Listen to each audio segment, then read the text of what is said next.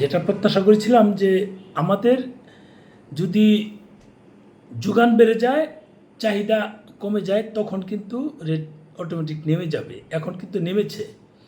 যেটা আরও মাস দুয়েক আগেও একটা রিভিউ দিয়েছিলাম, তখন বলেছিলাম যে আমরা ১৫০০ টাকা করে হাইকমিশন জমা দেই।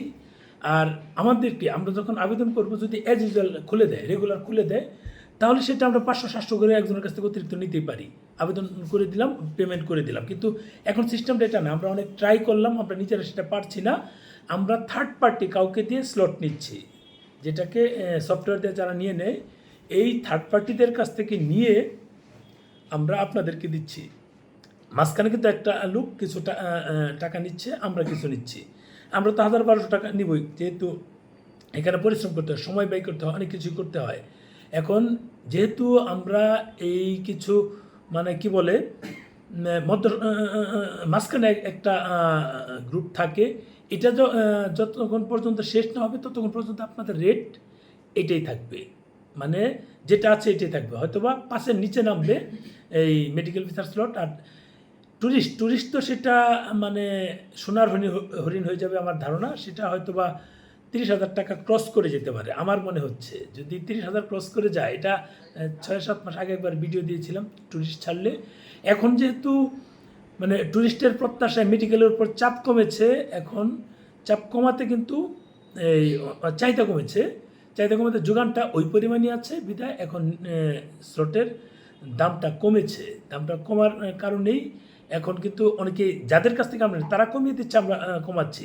আমার এখানে কিচ্ছু না, কারণ তারা ১৫০০ দিয়ে বাকিটা তারা পারিশ্রমিক নিচ্ছে, আমাদের এখানে কিছু পারিশ্রমিক নিতে হচ্ছে।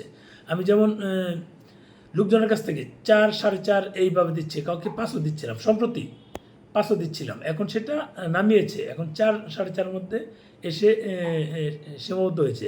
ওই ক্ষেত্রে আমি ৫.৫, ৬ নর্মাল কিন্তু এটা নিতেই পারি। কারণ হচ্ছে আমার তো ১,১২০০-১৫০০ টাকা থাকতে হবে, সহজ হিসাব। ১৫ টাকা যদি আপনাদের স্লটের যে জমা দিতে হয় হাই কমিশনে, ভিসা সেন্টারে প্রসেসিং ফি, তাহলে ৩,০০০ চলে যায়। বাকি যে টাকাটা নিচ্ছে সেটা কিন্তু মাঝখানে যারা আছে তারা নিচ্ছে, আমি কিন্তু স্লট তুলতে পারি না।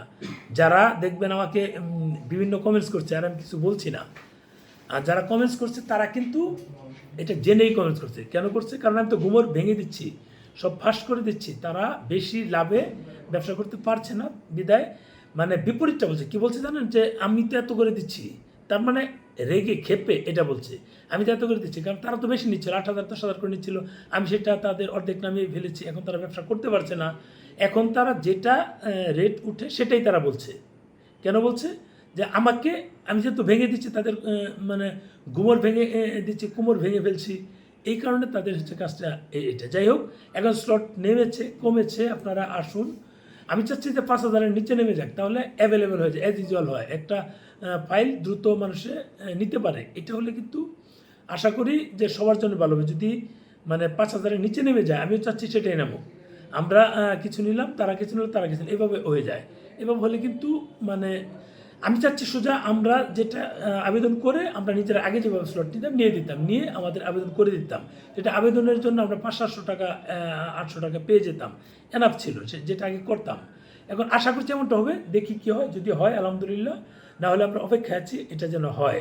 তবে এন্ট্রি ভিসার স্লটও কিন্তু অনেক নেমেছে। আপনার মানে আগে যেটা ২০-২২-২৫,০০০ নিত, সেটা এখন ১৫-র নিচে চলে আসছে, সহজ হিসাব। বিজনেসটা যেটা আমরা ১৬-১৭ করে মানে দিতে হতো, সেটা এখন ১০-এর নিচে নেমেছে। এটা কিন্তু ভালো লক্ষণ। ডাবল এন্ট্রিটা চাহিদা বেশি হচ্ছে না, কিন্তু অন্যগুলো তো হচ্ছে। অন্যগুলো যেহেতু হচ্ছে, আমরা প্রত্যাশা করছি যে ডাবল এন্ট্রির স্লটটা বাড়াবে, এটার চাহিদা কমবে না। যোগান বাড়ালে এটারও দাম কমে যাবে, সাধারণ যারা আছে তাদের জন্য সুবিধা হবে।